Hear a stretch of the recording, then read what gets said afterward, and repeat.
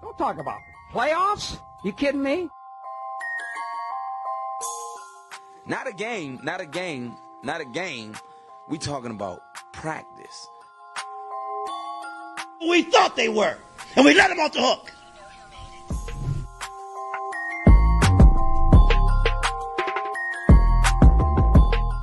Besides, a different need, I'm coming. I'm flat out coming. It's my quarterback. And if you guys do that, man, it's unfair.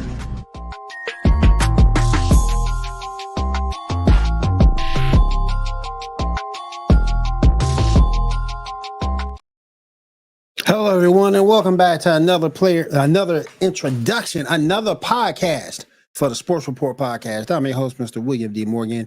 How's everybody doing tonight? Got some things to talk about. Got the NBA rolling through. We got some stuff in the NFL.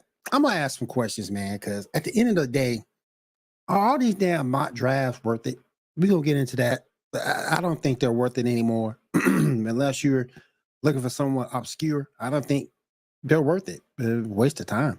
Also going to go around the room and ask New Orleans Saints fan, Kansas City Chiefs fan, Minnesota Vikings fan, what do they need, what their teams need going into this upcoming season to be successful. Also, got the NBA coming up. Playoffs are abound. We're going to be talking about that a little bit. We're going to get some Major League Baseball. I also want to let you guys know Kelsey Nicole Nelson has been rescheduled for tomorrow because she's home watching the national title game. So she'll be with us tomorrow on a special Just Know the Sports Report. So check that out tomorrow. Same bad time, same bad channel.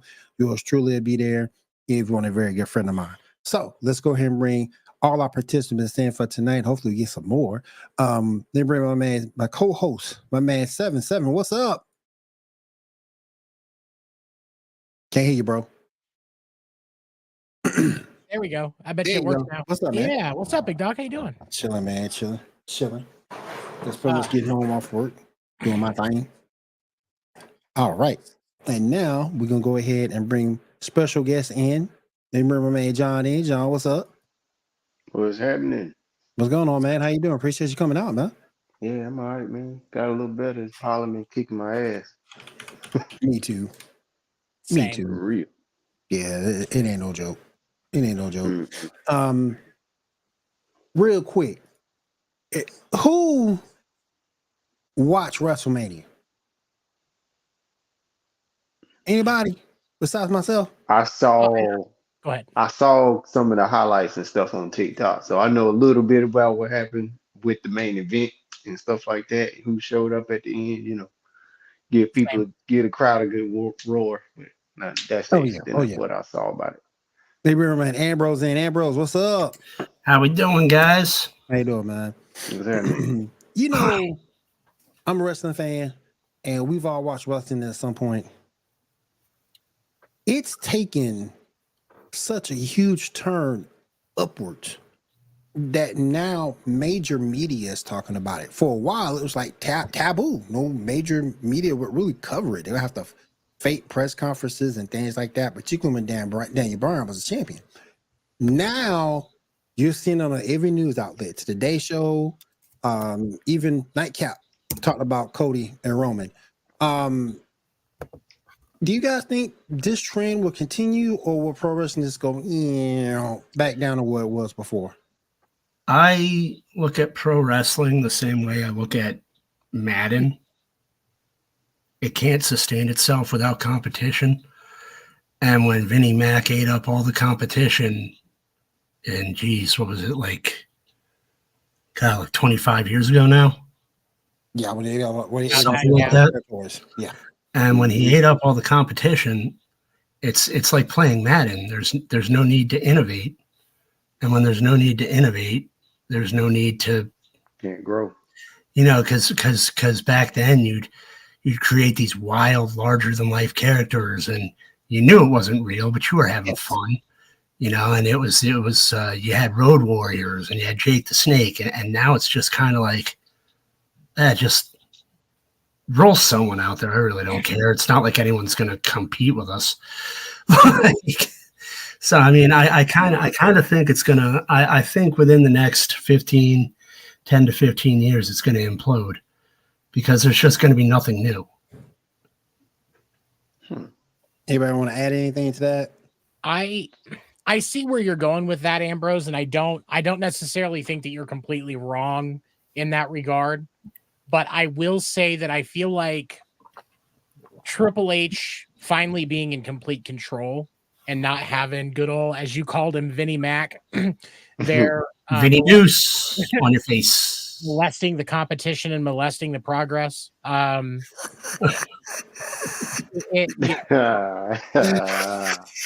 caught on late, but goddamn, we here already. Let's go. Already, y'all. It to me, there has no been Diddy. Exactly some life in the product. Because I'm not as avid of a watcher as you, Stacks, and Josie and everybody else, but I stay caught up, and the product just looks better. The energy is better. Like I didn't, like John said, last night I caught clips, and that pop when Undertaker popped out. Ooh. That and then this is why I'm giving it a 10 to 15 year shelf life, because how many events does the Undertaker is? I don't really know how old he is. Well, say he's 50 going on 90. I think he's got a lot of mileage on him. How many more events does the Undertaker really have in him? And this is the problem that Triple H faces. Vince McMahon stifled creativity. Mm-hmm. So if you didn't like his idea, you didn't wrestle. And it kind of really puts Triple H behind the 8 ball, and that combined with no sense of urgency because there's no one to compete with. I mean, you're playing the easiest video game in existence on beginner level at this point.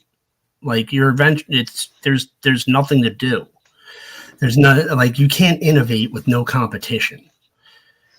You need competition to move forward. But I think the thing that gets me, though, that you do have competition in a sense. You do have AEW. Yeah, they're upstarts, but you do have AEW. Tony Khan. Okay. Mm-hmm. You do have Impact still there, who all they need is pretty much a TV deal. But the problem with AEW is that Vince McMahon, it's still very much promotion driven. Wrestling is. And that's why, like TNA, when TNA tried to take a stab at it, they couldn't go anywhere because WWF, they owned all their, like, ECW always had their thing in Philadelphia. The only true competitor the WWF ever had was WCW because Ted Turner balled up to Vince and said, I have the South. You're not coming down here without my say-so. And it was kind of like a ceasefire until Vince bought him out. And when you watch TNA, I don't even know if TNA is still a thing anymore.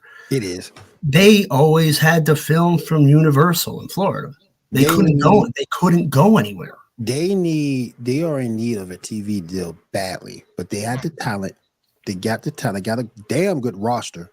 AEW's got a damn good roster, and Tony Khan is starting to give some of creative control to more wrestling-minded people, such as Tony Schiavone, Daniel Bryan, whatever you want to call him.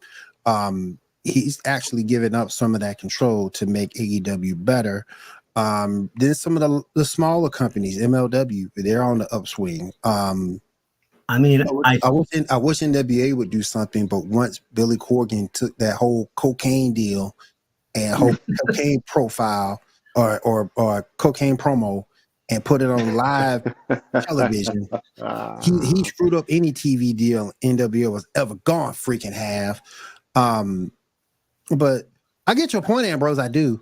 You have to have constant competition to stay better. I think the best path forward right now would be to go back to the way it was before Vince created.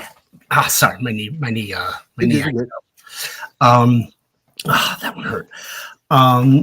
Would be to go back to the way it was before Vince monopolized everything and have the promotions all work together.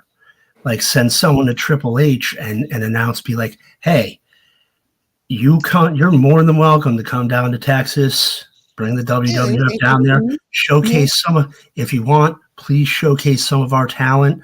When we come up, we'll showcase WWE's talent. And that's the way it used to be. Oh, yeah. And it's still like that. Because we've seen Mickie James as TNA Women's Champion or Impact Women's Champion on a WWE program. So we've already seen that open door pretty soon will start to swing both ways, I think, amongst everybody. And then New Japan has always been popular. And that's the best way it was to work, because you'd have the Flying Samoans fighting Ric Flair in Tennessee, and then you'd go on to another territory, and it exposed everybody. It was kind of like revenue sharing, but for wrestling promotions. Yeah. And I really thought that the 2-day event was really good last night. There was a couple of things that pissed me off, but like EO Sky losing the Baylor, I was kind of ticked off about that. I was kind of hoping my boy Randy Orton would have got the win against Paul, but other than that, good program. Black Sister Magic, Jade, Naomi, Bianca get the win against Damage Control. I'll be seeing the highlights of them. I love it. Black Girl Magic, let's go. Let's go, Jade. You still got to get better though. Jade, you still got to get better though, Jade. You got to remember your spots. That's one thing that the WWE can teach you their way, but you still got to remember the spots. You can't forget the spots that you're supposed to be in, girl. You got to get better. All right. So let's go into NFL football, and kind of like we're in a lull period right now between Super Bowl layoff and coming into the draft. I'm a Raiders fan. I've been in a low period for 20 years. Longer than that. You've been in a low period for longer than that. Come on. Rich Gannon left. Since Tony Syracuse's fat ass fell on Rich Gannon and broke his arm, I've been in a low period, okay? It don't get no lower than that. Oh, shit. It's a gooseball on you. It's a bad day. Oh yeah, but we're kind of like a low period right now, and a lot of things that you're seeing from the NFL and a lot of people. Sure, you got some theories and some rumors, but the main thing that I've seen is a bunch of mock drafts. Are mock drafts even worth it anymore? No. I can count the amount of times Mel Kiper has been accurate on one hand, and that's 0. I don't like that dude, man. I don't know what it is, man. I just don't like him. It could be the hairstyle. I don't know. Too much gel. His hair makes him look like he was electrocuted while drinking Mountain Dew. Like, who just still wears the hair like that, man? Like, I don't know. But to answer your question, no, I don't. Because, like, when have they ever really paid off? It's a job I might like to have, because you get to pay He might as well get paid to predict the damn weather. Yep. Yeah, you're an LA weatherman. You don't necessarily know. Excuse me, weathermen have more accuracy than Mel Kiper. So you need to put respect on the science. Hey, there's a shit ton of meteorologists out here, but I'm just saying, with this bipolar weather we got here in North Carolina, man, I'm just saying. It's like that. I watched that Curb Your Enthusiasm where the weatherman was calling for rain on days he wanted to go golfing, so he'd have the golf course to himself. It's craziness. It's craziness, man. That's smart as hell, though. It is. But a lot of this stuff, man, is not. I mean, I've never seen a bunch of people get paid to be wrong. Here's Congress. Not fucking wrong there. They don't get paid to be wrong. They get paid to do it right. They just are wrong. Yeah. They get paid to lie. Yeah. I mean, I think the thing with it is there's no real way to be accurate because there are so many damn schools. Who was Ben Roethlisberger plucked out of? Miami, Ohio? They play Army every year. That's not a big school. That's not and there's so many variables and so many factors and so many, things. And it's not like you could come up with some sort of algorithm for all 1,000 colleges that these kids are coming from. I mean, you have to be really, really good. After the first 5 teams, after the first 5 teams, it's really no point. Because you don't know if somebody stole somebody else's draft pick, or I'll even give credit. You specifically see a team trading, like my Vikings should definitely give up that damn 11th pick and that 23rd pick in the second in the round and go up something. But we'll see. Don't tell me for Caleb, whatever's dumbass. No, I don't want Caleb. I want Jaden Daniels. Jaden Daniels or Bo Nix. Yeah. Honestly, I think Bo Nix would do good in your guys' offense.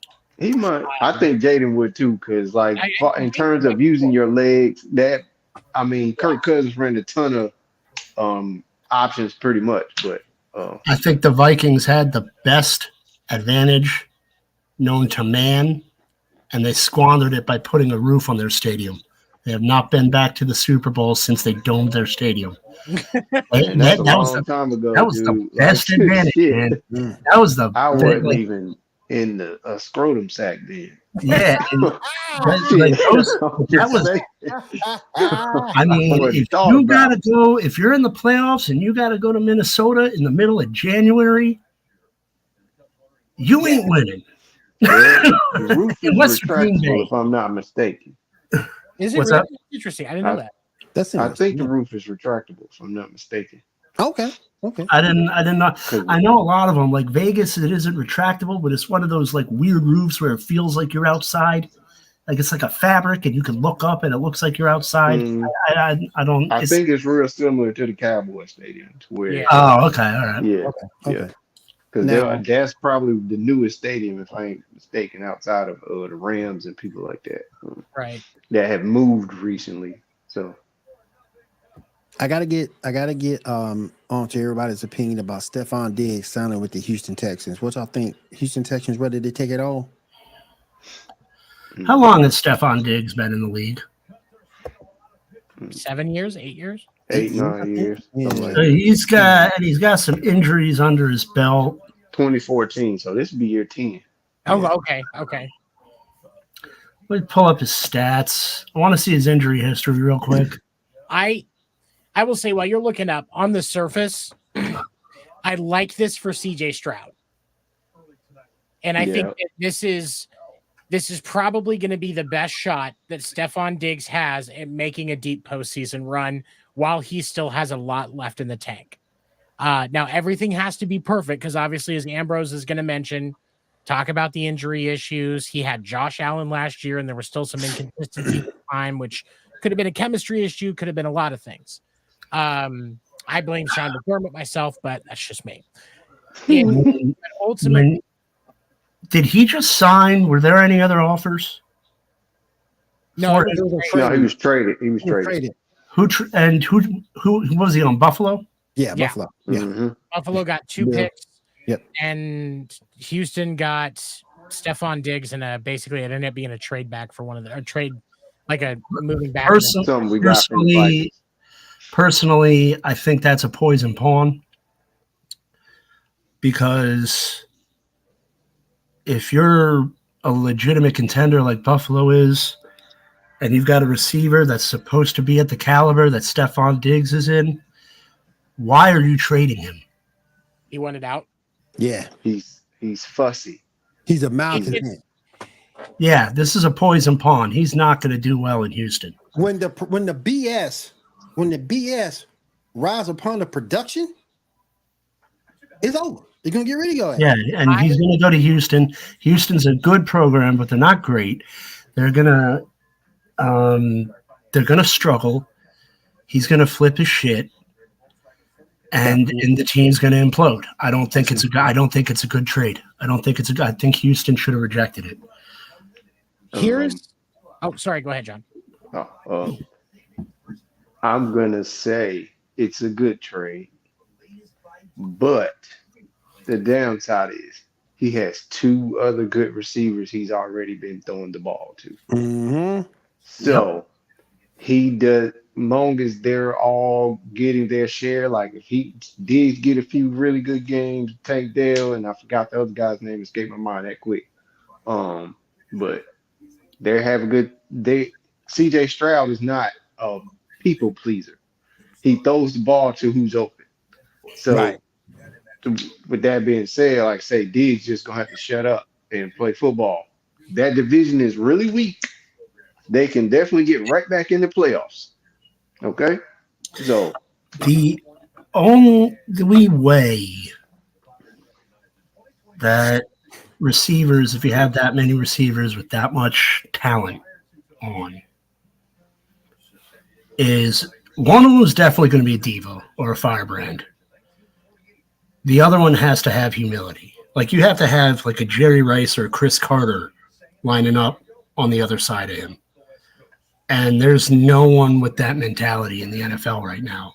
And there is such a thing as too much talent and too many egos in one locker room. And I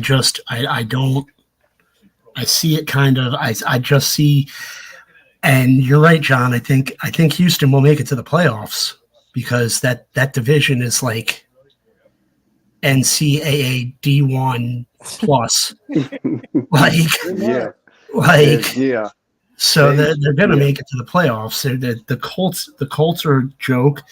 The only way they won't make it to the playoffs is somehow Jacksonville pulls a horseshoe out of their ass and can actually put together a couple of wins. But yeah, they'll get to the playoffs, but they won't get past. They won't get past the second round. What were you about to say, Seven? Well, what I was going to say is, I while I am not going to pretend that Stephon Diggs is not a diva, because he is, that's clear. We need to look closer at what's going on in Buffalo, because outside of when Brian Dable was there, that team has been dog shit for a while. Josh Allen has tanked statistically without Brian Dable. And I know that Josh Allen has natural elite level talent. His talent is top tier. Yes. If I can piggyback off that for a second, then let you finish. When I look at Josh Allen, I see someone like Brett Favre. When you don't have someone to hone him in, he's going to make mistakes, and the mistakes are going to be catastrophic. He needs that coach that'll be like, Josh, calm your shit down. You're right. And it's Josh Allen's weakness was Tom Brady's strength, and that's decision making. Yep. If you had a quarterback that actually had Tom Brady's decision making with Josh Allen's talent, they would be the best quarterback in NFL history inside of 5 years. Mm-hmm.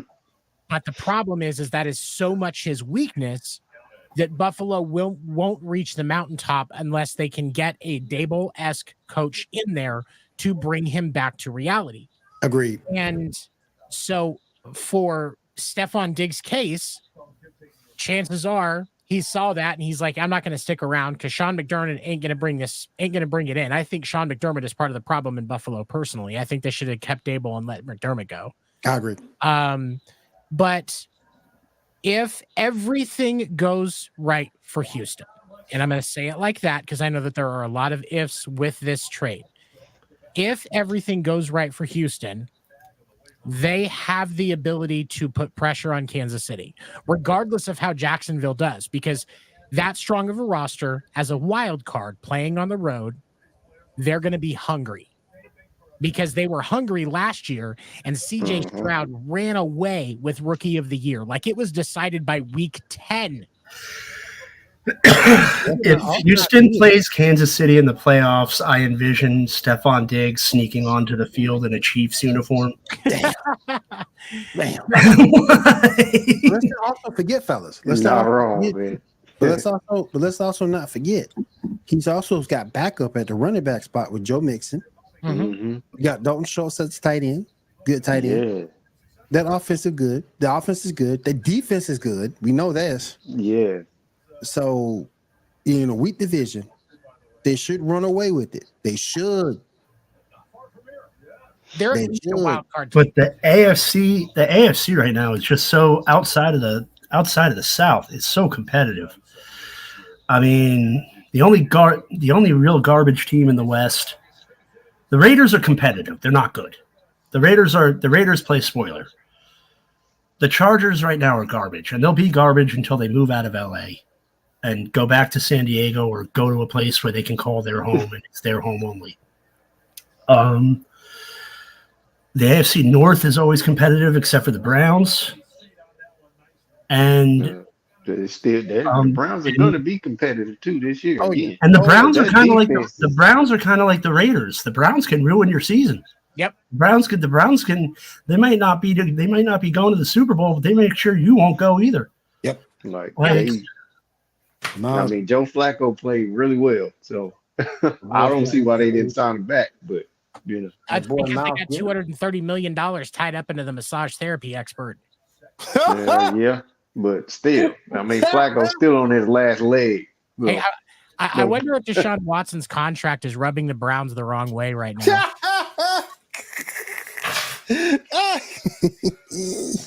It's gotta be. It's gotta be. Yo, I heard Deshaun Watson and Vince McMahon are starting a new football league.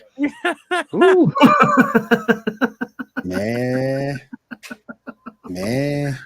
But I really think but I like what the Texans bring. I do. Shut up, John. I was about to say the Sex FL. But,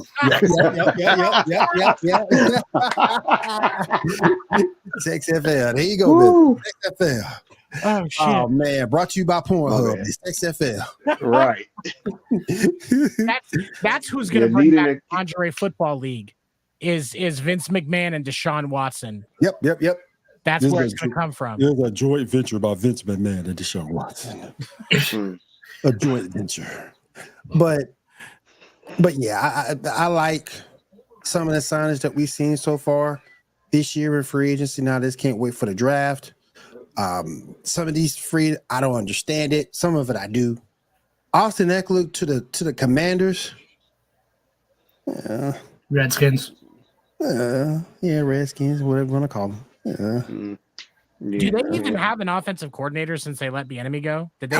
Old boy's over there. Damn, what's his name? He was with Arizona. Oh, that's right. Kingsbury. Yeah, that's right. Dingleberry is over there. Dingleberry is. Fucking Abercrombie. I mean, I don't care what you call them. Nothing. Yeah, because I immediately thought you have a dirty ass. So I'm just like, yo, man. It's like, wait, Dingleberry? I've never seen a coach be so inept in a game.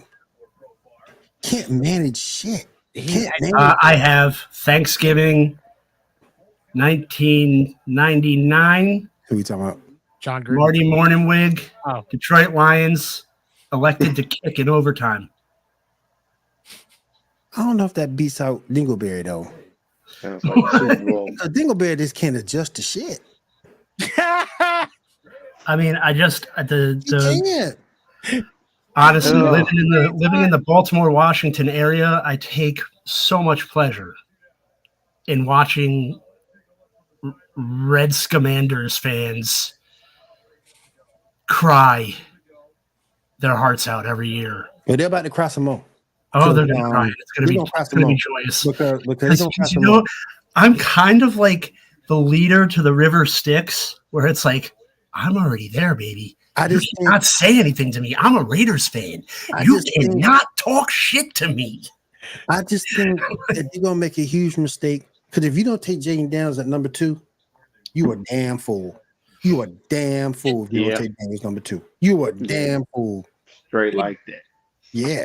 I mean, I wouldn't be mad if they didn't. You know, the boys can get them. I wouldn't be mad. But the thing for me is I've come to realize that Cliff Kingsbury is the quarterback ruiner. Yep. Because all of the complaints about Patrick Mahomes coming out of college, he had bad footwork. There was questions about his decision making and his ability to stay in the pocket under pressure. Yep. Those are coaching issues. Those are coaching issues.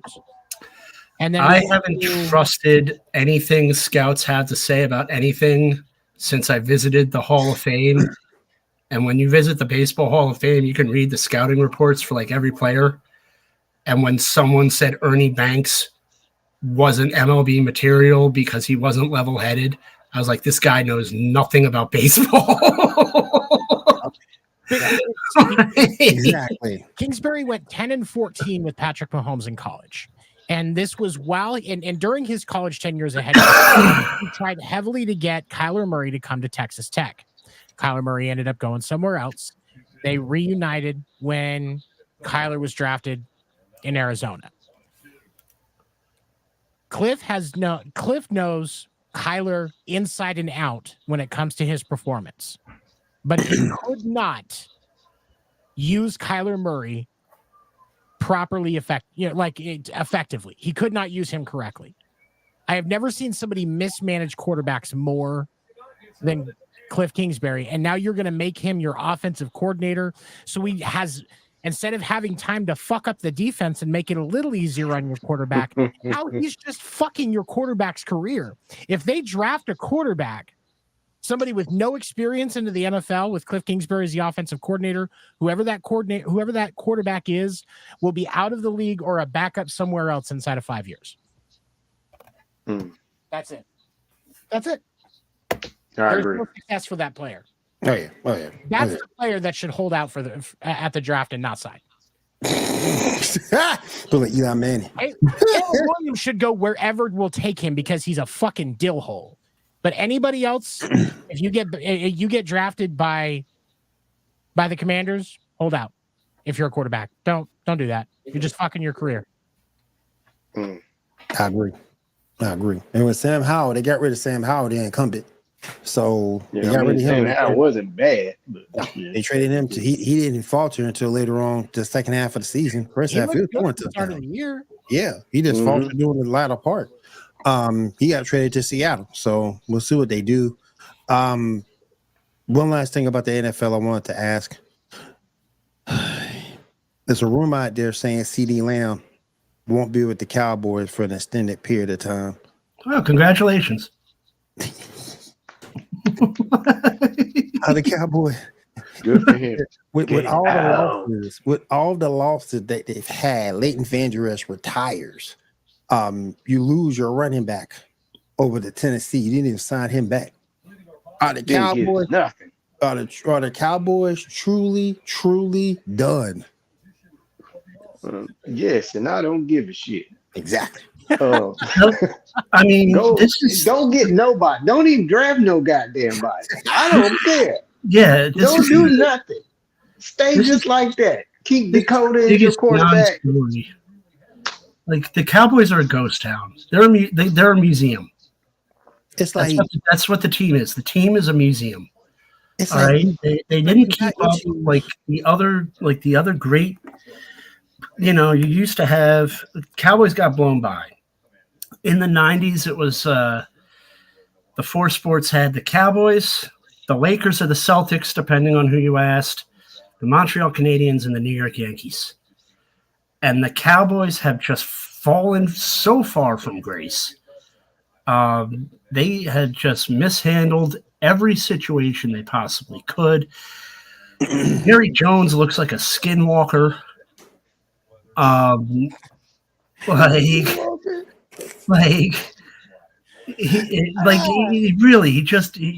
looks like he died like 80 years ago. There's a puppet master controlling him, making bad decisions. Weekend at Jerry's. Weekend at Jerry's. Yeah. And not only Him and that, Vince are hanging out.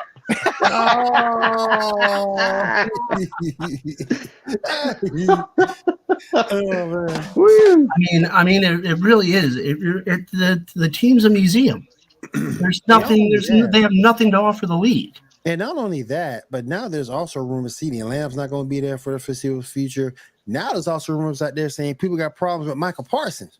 So there's the Dallas Cowboys are a reality show, bro. Come on. Yeah. You can't possibly look at the way that this is going. Jerry is creating a marketable product. He does not give a fuck. He don't. The Cowboys win a game. And the Cowboys will not be competitive in the NFL sense until Jerry is dead and they have a real fucking GM.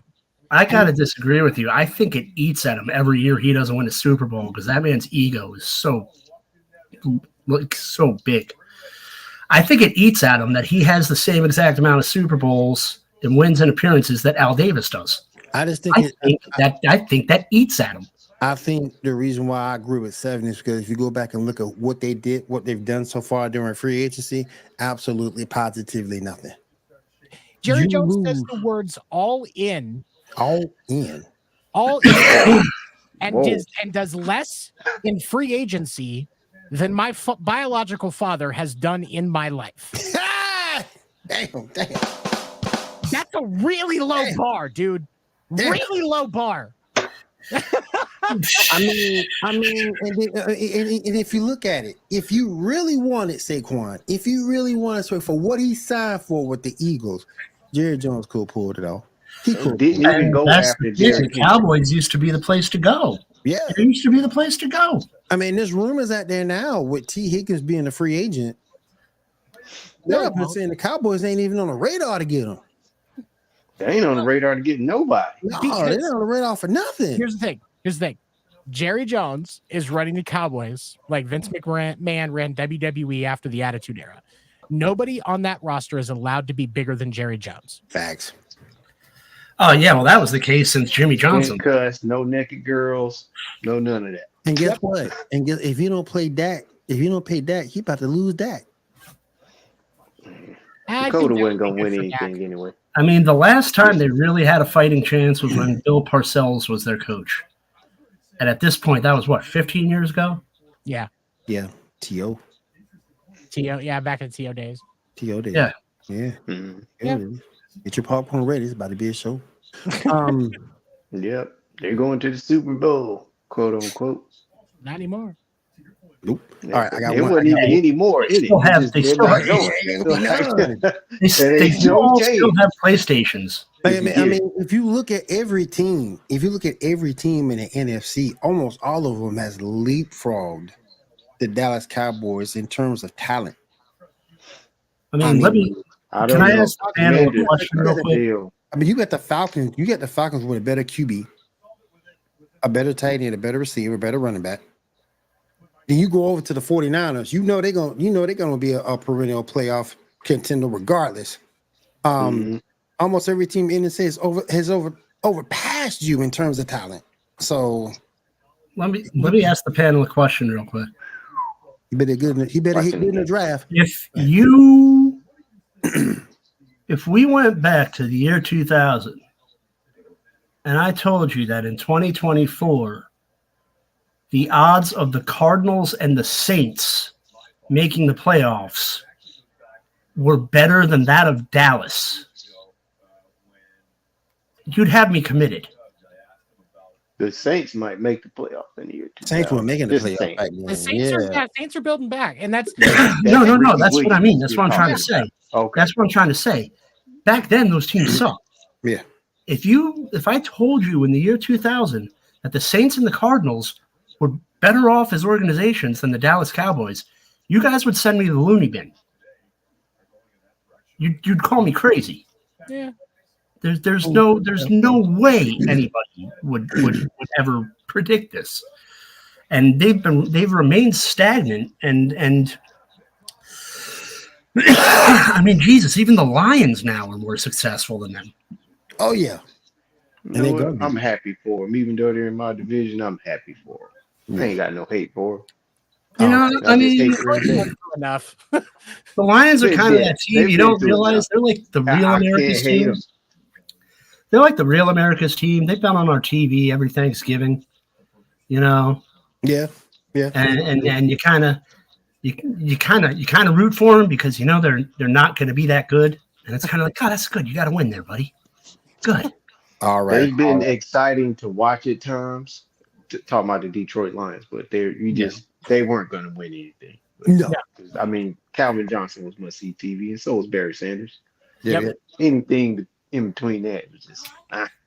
I still think Herman Moore. Remember anybody else on the team? Who? You what? Herman Moore. I still think Herman Moore belongs in the Hall of Fame. You put Herman Moore on that Niners team and you put Rice on the Lions, the numbers are exact switches. He was every bit as good as Jerry Rice.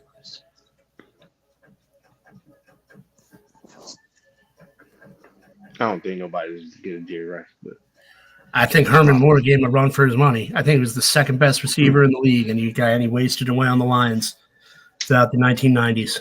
The Lions wasted the career of a player? No, don't say it's so. What? What? Don't say it's so. Really? That's for real? Oh, shit. Poor Barry Sanders. That didn't make me mad about Barry Sanders, too. This motherfucker going to retire before he broke the record. Motherfucker, get in there and break the damn record, then retire. You know, I read an article that he wasn't interested in breaking it. He didn't like attention. Now, listen, I ain't hating on Emmett because I think Emmett a good dude at the end of the day. Emmett just played way too goddamn long. He did. He just should have sat his ass down. He just wanted that. That motherfucker. One of the saddest things I've ever seen. Had all the pads you could possibly have before he retired on his arms, his knees, his elbows. Yeah. Like it was just. He was just hitting a hole and falling forward and still being available.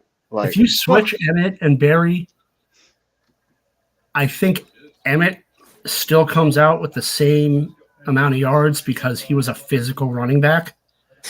But with the lanes that opened up for Barry Sanders, and if he was a Dallas Cowboy, Barry Sanders would have like 50,000 rushing yards. Emmett would not have that. Bo Jackson and catch the ball. Do you see what Barry Sanders had to do to get that many yards? Yeah, man. Emmett ain't going coast to coast. Yeah. To get he should 20 yards. Like, he should have stayed long enough to break the damn record, then retired. Yeah. He didn't want it. I read an article. You could probably find it in the Sports Illustrated archives. He hated attention, and he hated. Yeah, he did. He didn't want to break the record. He didn't want the spotlight on him. I would have broke that bitch. Fuck it, I would have broke it. All this bullshit that I'd have broke it and retired that game. Peace out. You don't want to. Like Bernie Mac and Mr. 3000. Pay me. You don't want to. I don't break the record. You don't want to pay me. I'm out.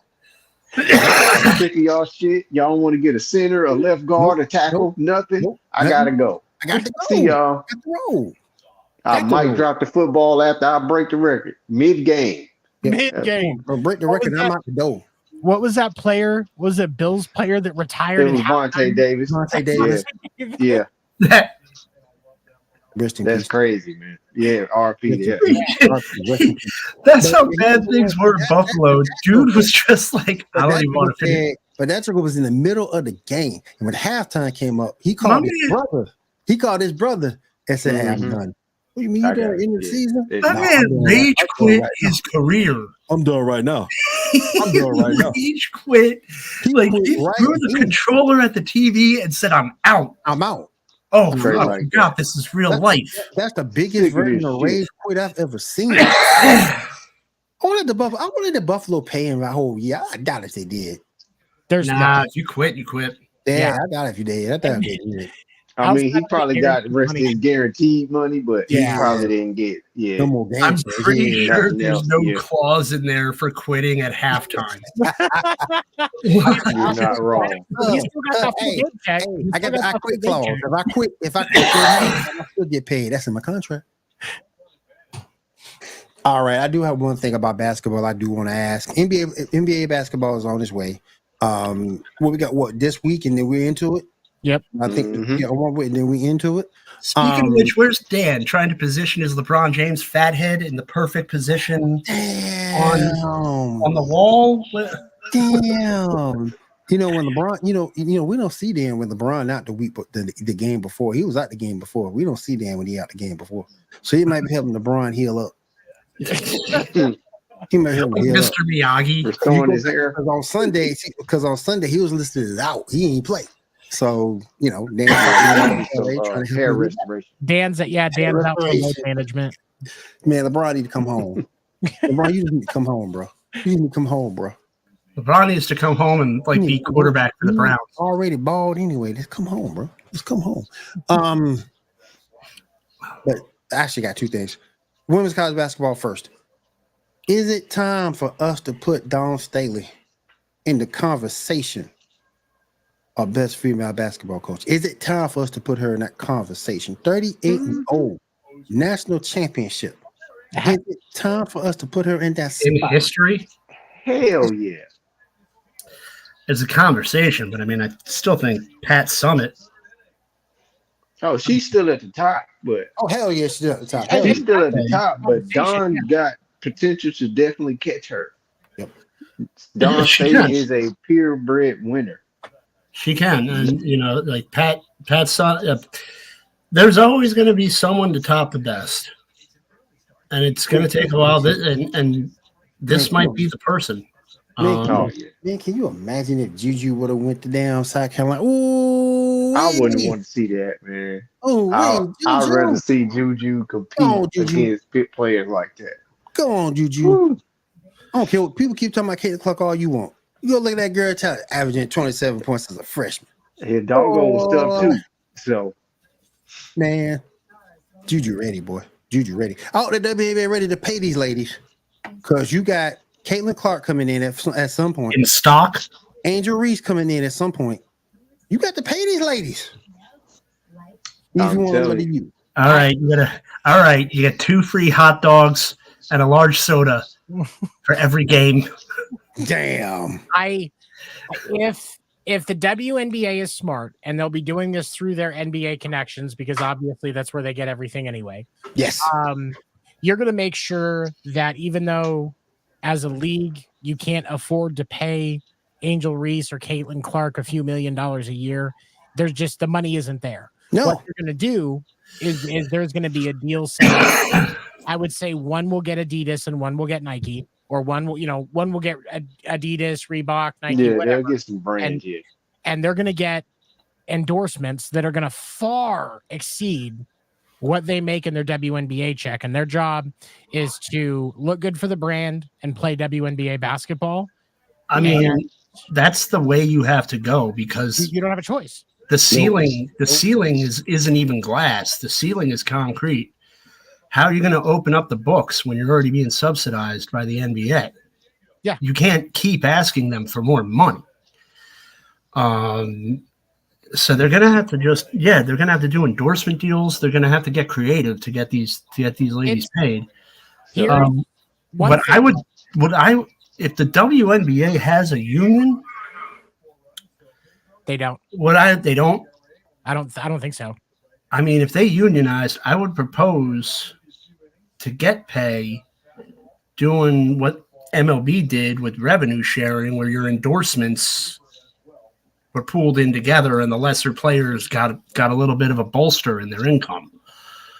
Would that little bit be worth coming to the WNBA, coming off an NIL deal, or the potential to go overseas and make money? Here's one thing. I just thought about this. One thing I will say. I would be willing to bet money that Matt Ishbia uses the resources, the trade capital that the Mercury have, and grabs either Caitlin Clark or Angel Reese. Yeah. Because who did they just sign? The Mercury just signed somebody. I can't. Yeah, I can see her face and can't place her name. Aren't the Mercury like the only profitable team in the league? Just about. The Mercury, and I think whichever one, I can't remember the name of the team, but the one that Kelsey Plum is on, she sells a lot of stuff. So I'm pretty sure that the Aces are, man. The Aces probably, they're like that. So because I'm from New York, and I remember the New York Liberty. I grew up in White Plains. I've seen the Westchester County Community Center. It seats about 5,000 to 6,000 people. If you really stretched it out, you can get 7 in there. And the New York Liberty wasn't even filling the bowl in the bottom of a 5,000 person arena. And there, Rebecca Lobo back in the day. Yeah. Well, my only thought with Phoenix is Matt Ishbia, the owner of the Suns and the Mercury, owns United Wholesale Mortgage. They are now the #1 mortgage provider in the country. Matt Ishbia has the money that if they wanted to just outright say, hey, Angel Reese, here's $5 million. Go, be a little angry, but make it interesting, make the product better, and we'll keep cutting you the money, and we'll find you some endorsements to make it even better. It's going to take one of those teams having an owner like that that's just going to pull the money out of their own pocket and go, this is worth the investment because this is going to help the league down the line. And eventually I may see returns on this investment.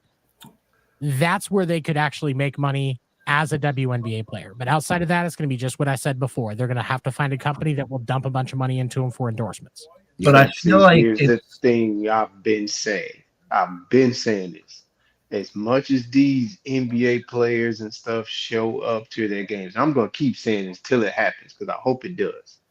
As much money as these NBA players make, help these girls get paid. Invest in these teams. Become part owners. Give some input. Help these girls get these other brand deals. Even the girls who don't get on the floor as much. Like they have that type of credibility to do so. They make Jaylen Brown is not the best player in the NBA, but $330 million, like you can take $50 million and I understand I understand what you're saying, but how do you convince? I have $100 million. It's a noble cause, but how are you going to convince me to invest my money into a product that is already losing money and is already being buoyed up by its parent league? Listen, I see what you're saying, but I'm going to counter this really quick. Mm-hmm. Because Patrick Mahomes dumped a fucking ton of money into the Kansas City Current, the Kansas City Women's Professional Soccer League. When's the last time you watched a professional women's soccer game on TV that wasn't a Women's World Cup game? True. I don't know, when they were hot like 20 years ago.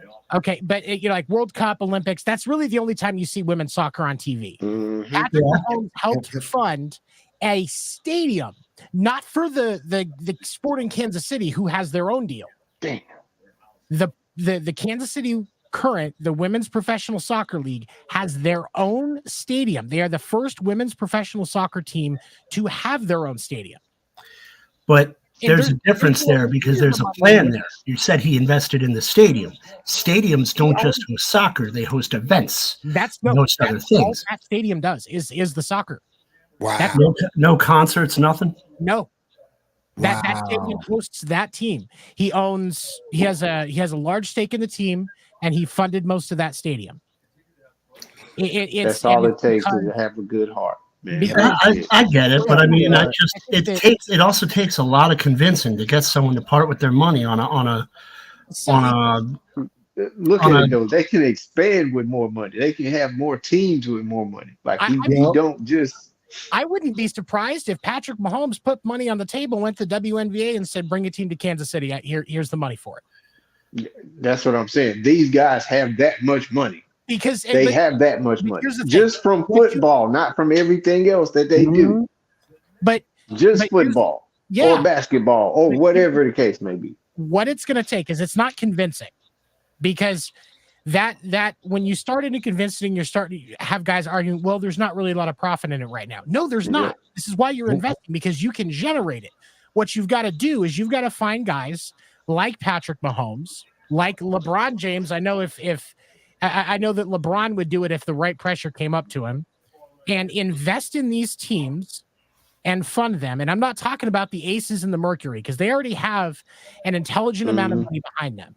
Let's get a team in Kansas City. Let's get appropriate money behind the Liberty. Oh yeah.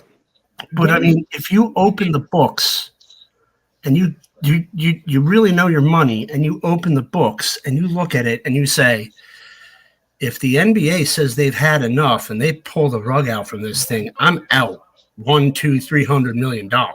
True. But like, is the NBA is not going to do that, because That's a bad look, number one. First of all, it's a bad look, and secondly, there is a lot of nothing's impossible. This economy has not hit rock bottom yet.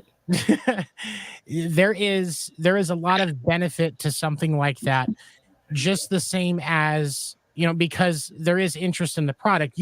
But honestly, the issue is you have to market it better. You have to get more exposure for the games, because one of the biggest problems right now is, unless you have a League Pass subscription, and even with the League Pass subscription, you still can't see every game. True. Not every game is televised. TV deals is what brings professional sports leagues, most of their money, not ticket sales. That's why during the COVID season, no league fell apart except for the XFL. Yep. Why did the XFL fall apart? Because their TV deal was small, whereas the NFL, the Major League Baseball, and the NBA didn't have a fucking problem. Nope. And so when you get them in a situation where there's and I'm talking, you approach YouTube, you can have all of the ads. All of the ad money is yours. Just put it on and give us the fucking exposure. That's it. The viewership. 2 to 3 years on YouTube without anything back, you will have grown the audience of the WNBA by at least 50%. And that will have given time for some of the other young talent that's currently in college basketball right now to come up, so that you're not relying on Diana Taurasi, Sue Bird, Angel Reese, and Caitlin Clark to be the face of the league. You can have a more diverse group of individuals that are fronting the league. You can tell Brittany Griner to sit down and relax and undo her braids, chill for a little bit. It's going to be okay. I know Russia was hard. Just take a chill out. You don't have to be in front of the camera. We can get some of this younger talent in front of everybody, and then turn around in a few years. Okay, now that we've seen the growth, now we're going to talk about an ad split. And then you build it from there as the television audience grows. Because when the NFL first started off on TV, they were on fucking tape delay. They were ad money. They just wanted exposure. It was the same process. But here's the fundamental problem. Women don't watch sports. I'm about to say that. Women don't watch sports. And I'm sorry. If you're a WNBA fan, more power to you. I'm not going to tell you what to watch and what not to watch. But it is not my job to watch the WNBA to pick up the slack for something that was created for a female audience. No. They're not buying the product that they're being sold. And that's a good point, because when you look at us guys, we supported the NFL. We support the NBA. We support MLB. We support what we like. But these women, most of them, not all, but most, don't watch the WNBA or women's sports, period. Well, because if women watched women's sports, there would be a professional softball team, professional softball teams all over the country, or women's professional baseball. Go watch the movie A League of Their Own if you haven't. It's a fucking fantastic movie. Women's professional baseball would still be in existence. Yep. They kept it in existence for a while in the same style the NBA is keeping the WNBA alive, and then they just gave up on it. Right. But it's there would have been, if there was more female support, you're right, these things would exist. So, but right now, when you market sports, you're focusing on, oh, look at this touchdown, look at this dunk, look at this, look at that, because you're marketing it to men. Mm-hmm. So rather than trying to market women's sports to men, take a step back and figure out how to fucking market it to women. Exactly. I don't care They tried that all throughout the 90s and the 2000s with the We Got Next campaign. No one bought it. Yeah, No one bought it. look at the era we're in now. We are in social media era. Kids, women, children, they see everything. Everything. If you didn't have cable, you saw nothing. If you a newspaper? No. You have everything now to market. Everything. I don't care if you end up having the Phoenix Mercury play in the Etsy Arena over in Tempe, Arizona, because that's what it takes to get that sponsorship and move that to that next level. Right. Market it to women. That's the thing that they're not doing. That's what they need to do. The reason that women's sports struggle is they focus on marketing it to men. Women watch their own shit. Half the time at night when my wife gets home from work, like we catch up, we talk, we spend a little time together, and then my wife watches her shit and I watch mine. That is so common across almost every household in America now. Market it to women. It's not hard. Nope. It's not. They love to buy stuff. Oh, hell yeah. This thing. Hell yeah. All right, I got one more question, and we're going to go over to the NBA. There was a report that came out tonight. I think it was Microsoft.com, I think. LeBron James has said to opt out of signing back with the Lakers. Where does he end up? Wherever Bronny goes. Thank you. Beat me to the punch. He told us what was going to happen. He told us what was going to happen. He's going to be the co-CEO of Walmart Trailer Parks. He's going to go coach in Nebraska. Go coach in Nebraska. You coach basketball in Nebraska. But it's like Dan's personal field of dreams. If you build it, he will come. Dan's going to be in a cornfield building a basketball court.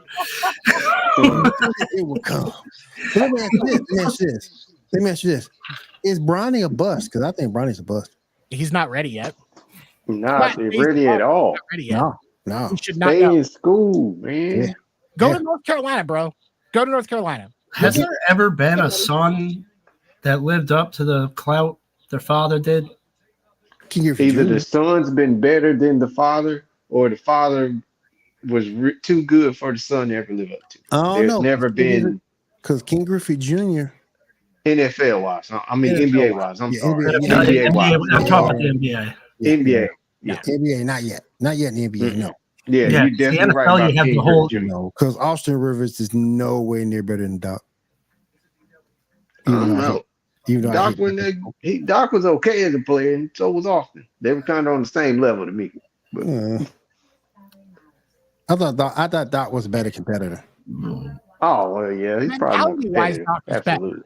But on the like, as far as actual play is concerned, they're pretty much the same. Yeah, they were pretty much the same. Yeah. All right. We're gonna let you go ahead and break it down for us on the 7th inning stretch, my friend. Here we go. I want to be the best in the game. Invest in my name. Check no restraints. I'm obsessed with the pain. I ingest, I retain. Assess and I change. Possessed by the thought I'll be free one day from society's restraints. Somebody's what? Let me interrupt you. Somebody's watching the show. It sent me a text. I'm sitting in a Secret Labs Batman chair. This person says chair stream soon. I'm gonna stream my damn chair to hell. That bitch is supposed to know. So last week, and I know that Ambrose and I are gonna have a lot to say on this one. Last week, Shohei Ohtani hit his first home run as an LA Dodger. He can't stand it already. A young couple sitting in the stands. Wife picks up the ball. She finds it while everybody's hopping around looking for it. It rolled right next to her. This woman and her husband are very quickly escorted out of the stands into a private area off of the concourse and separated by security. And then they attempted to negotiate Shohei's first home run ball, which we have since learned had an estimated value at auction of probably somewhere in the range of $100,000 as long as it gets authenticated. And they first attempted to negotiate getting the ball for 2 signed hats and ended up going back and forth and pressuring this couple and basically making them feel like they were forced to hand over the ball, refusing to authenticate it, refusing to do anything else. And then they ended up getting a couple of hats, a bat, and something else, I believe. And I got the article right here. That don't sound like enough. Hold on. Oh, it gets worse. Hell no. I'll give money. We ain't talking. Yeah. Money. Oh, it gets worse. It gets worse. Where is it? They got a couple of hats and a bat. A couple of two hats and a signed bat. And after the game, Shohei told the press that he met the couple, and an article came out on The Athletic the day after this happened or the following,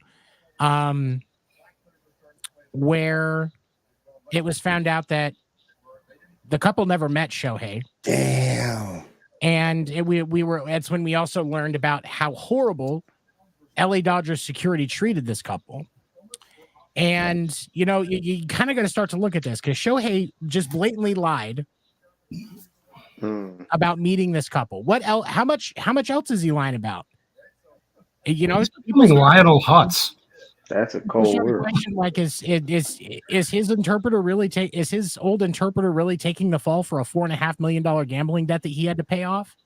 I mean, yeah. It annoys me as an old school baseball fan because that's one of the best parts of the game, and is, you get someone catches a milestone ball, it's a kid or a fan, you get to meet the guy that hit it. Guy says, hey, that's really important to me. They talk for a couple minutes. You have baseball is like one of the most human sports. You don't get that in the NFL. You don't get that in basketball because there's not really anything that flies into the stands.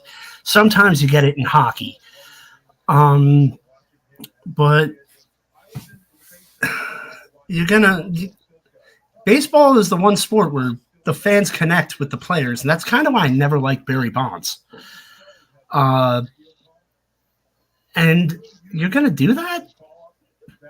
Like that would have been a wonderful PR moment for LA. That would have been a great PR moment for someone that desperately needs it for Shohei. Yeah. All it took was because if it was, I can guarantee you, if it was in Yankee Stadium, Steinbrenner would have said, that's Jeter's 300th home run. Go find who caught it. Put him in a luxury box. Tell him Derek will be up after the game. We're going to see if we can negotiate a trade. And that's how they used to handle it. That's what you're supposed to do as a team. Yeah. Because ultimately, anything that person gets, essentially the player that's getting the ball back is going to end up footing the actual bill for it. The team is just making sure that everything gets facilitated so that the player gets their ball. That's the way that it's supposed to work.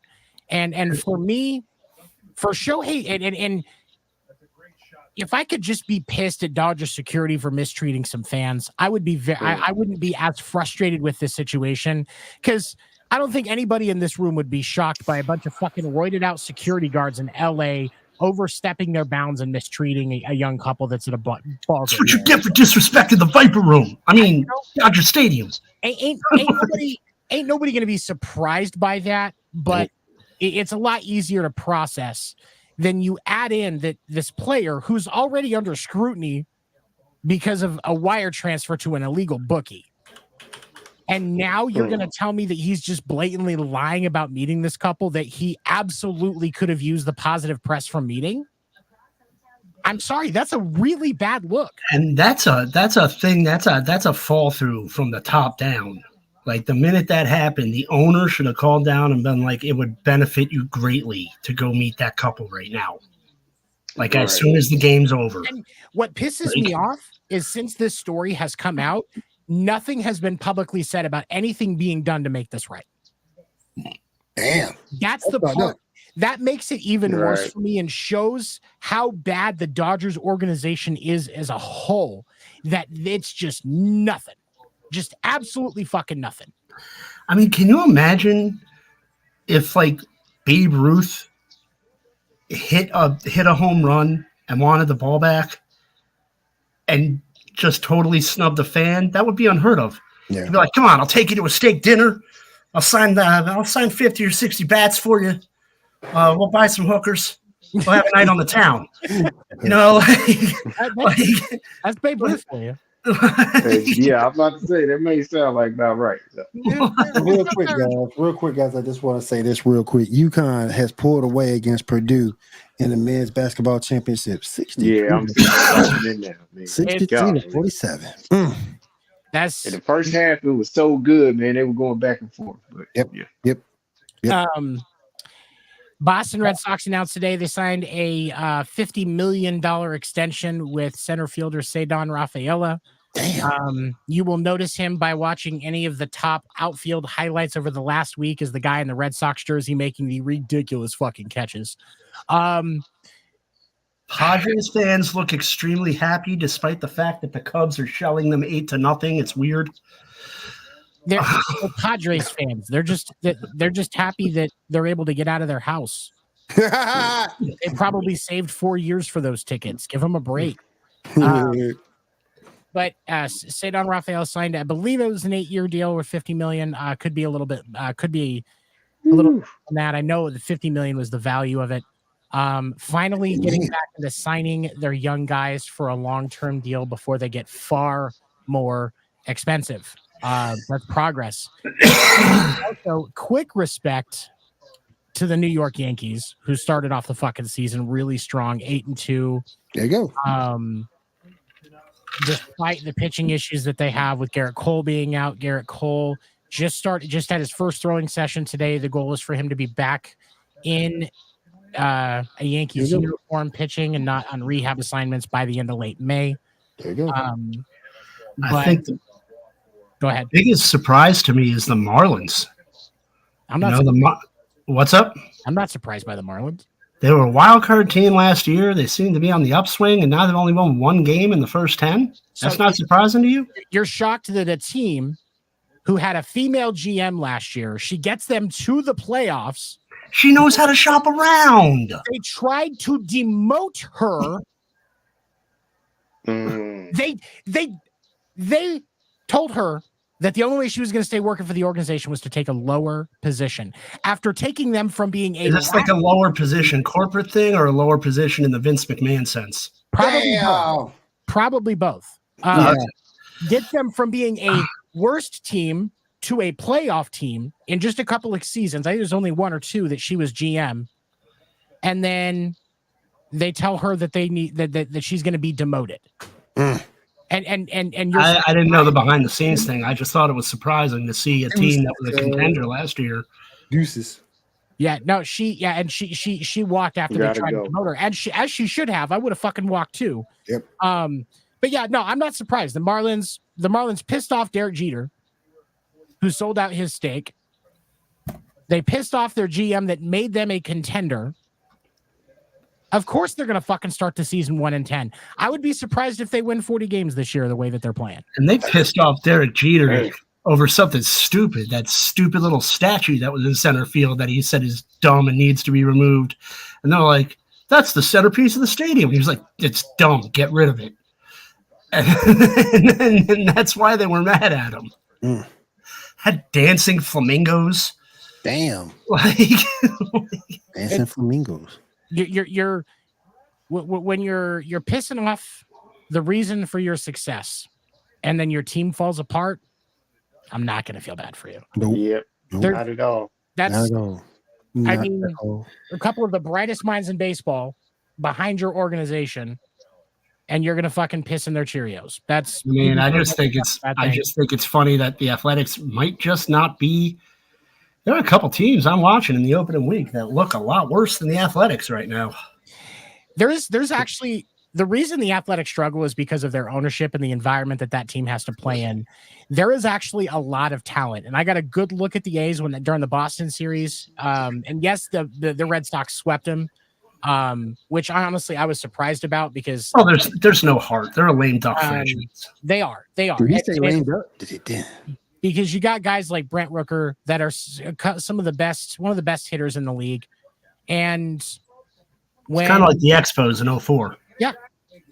I mean, there's no heart in that organization because of all the problems, how pissed the fans are. The players have to hear it constantly when they're going to sign interviews and stuff, that the fans are pissed about how the organization's being run, the fact that they're pulling out. They couldn't come to an agreement with the city of Oakland. That's now the third professional franchise that city of Oakland's lost in the last 20 years. Less than that. Yeah. And that's the thing is it's you at some point for these players, like I feel bad for the players that are on the A's. This is such a shitty position for them to be in. Yeah, you're making a lot of good money, but you can have a job that pays really well. And if the job sucks, it's going to be hard to stay there. Yep. Yep. So I feel bad for A's players because there is some legitimate talent on that team. Now there's some fucking dog shit players, but I mean, they're still better than me, so I can't say shit. I mean, there's just I just feel bad because it's like the history. We're not talking about the Tampa Bay Rays here. The history that comes with the Athletics, you go all the way back to Philadelphia with Connie Mack, and then you have Charlie O'Finley, and then you have the they didn't do much in Kansas City, but then you go to Oakland and they just dominated from the 70s to the 90s. And thanks to Tony La Russa, crazy enough. And they just didn't. Sorry, my knee brace is really acting up. They just it deserves a better fate. They're riding off into the sunset more like the St. Louis Browns than they are like a team that deserves respect. No, you're right. You're right. And then there was one other thing that I saw that I wanted to throw out.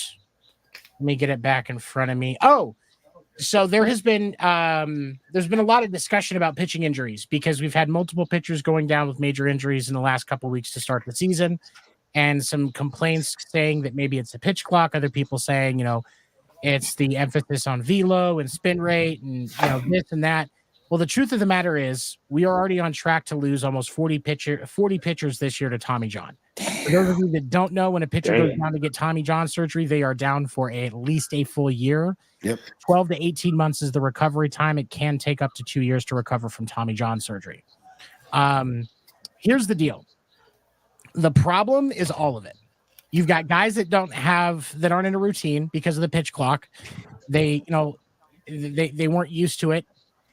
You have and then when we talk about like the velo and the spin rate and stuff like that, Shane Bieber was posting videos of him throwing north of 93 miles an hour in January. January.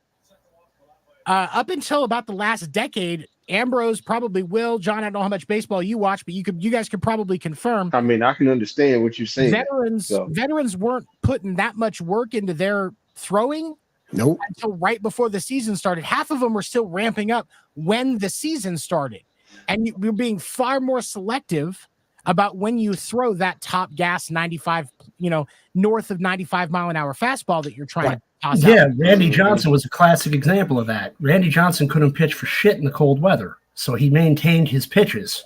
Mm-hmm. Once May and June hit, that 100-mile-per-hour fastball would come out. Exactly.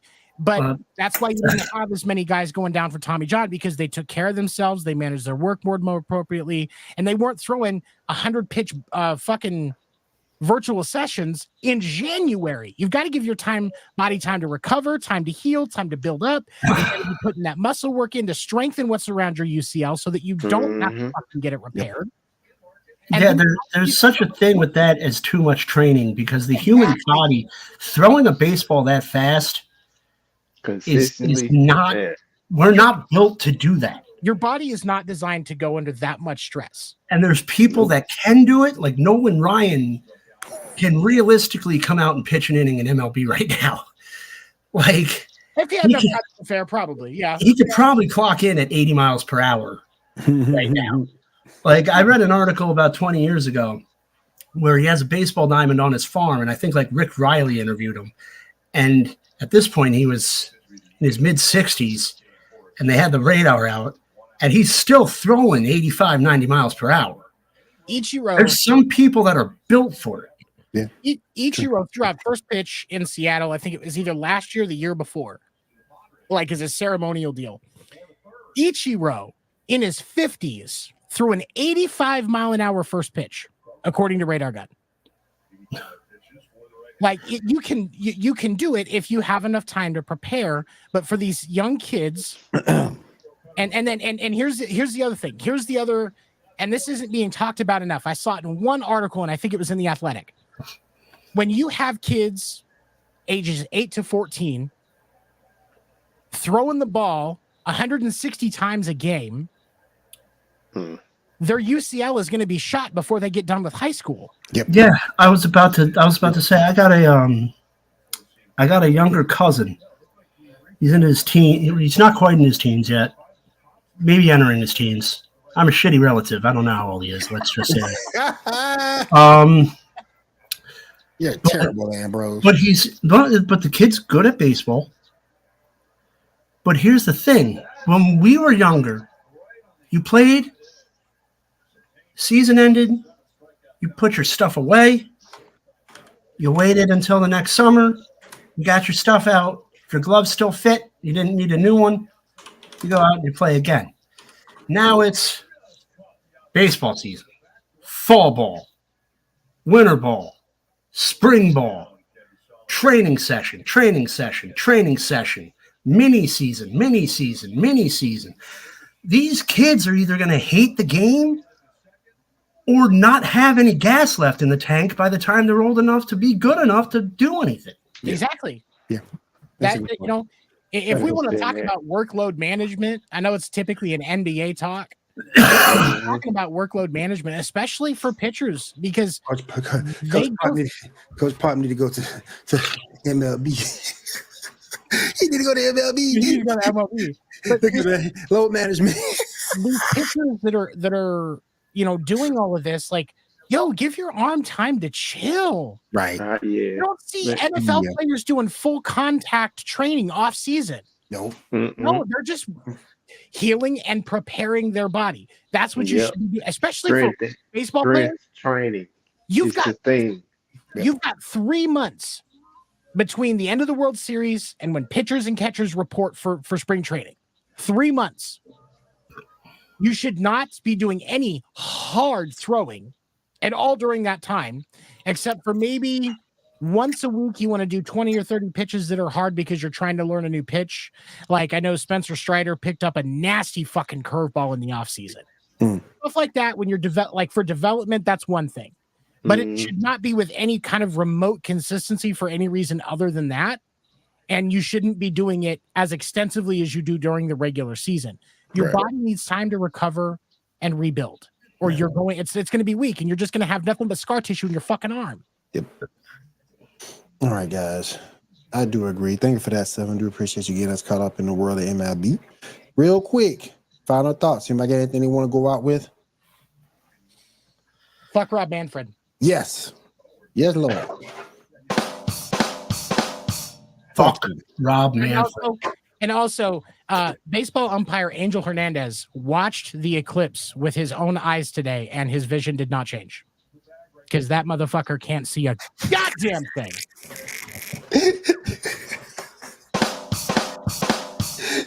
Oh man, he called the moon out. That dude has missed more calls than Anna Kendrick when I'm trying to get a hold of her. Like, damn. And he ejected the sun for disagreeing. Damn, man. Oh my gosh. John, what you got? I ain't got much. Just encouraging my Vikings, do the right thing. Try to trade up if you can. It makes the most sense. They bother me that they don't go the extra mile to get the really good player. Yeah. I do like the pickup of Aaron Jones. I do. I love it. Because I've been known that what's the guy we just had? I don't know. My memory sucks. No, not the quarterback, the running back. You talking about Madison? Madison, Alexander. I knew he wasn't it. We should have never let Dalvin Cook go. Pay that man. Trash. He saved a ton of our games the year before to get us into the playoffs. Literally scored a touchdown. Now that man in Baltimore. And that's a good place for him. Yep. But I'm just saying. But him and Derrick Henry, oh yeah, absolutely. Yeah. I love it. Good place. That's a smash and dash. Pause. But all right, what you thinking? That's what it. You got, bros? What's up? What's your final thoughts, Bros? Anything?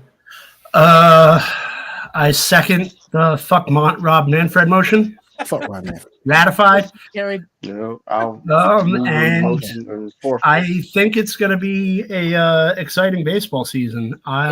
We didn't talk too much about it this week, but I really did want to point out. I think the dark horse is going to be a team out of the NL Central. All those teams are stacked. All those teams are coming out swinging. They look really good. I think we're going to see a lot of contenders come out of that particular division. So we shall see. We shall see. All right, everybody. If there's nothing else, I want to say thank you for joining us here on the Sports Report Podcast. Remember, join us tomorrow night. I'll be interviewing Kelsey, Nicole, and Nelson tomorrow night. Going to talk about the WNBA. Going to talk about the national title game tonight and various other things. So make sure you join us here, same bat time, same bat channel for that interview. If any of you guys, of course, want to come through, you're more than welcome. And if there's nothing else, thank you for watching the Sports Report Podcast. We appreciate each and every one of you. Have a good night. Ando's a Mariners fan. I've never met a Mariners fan.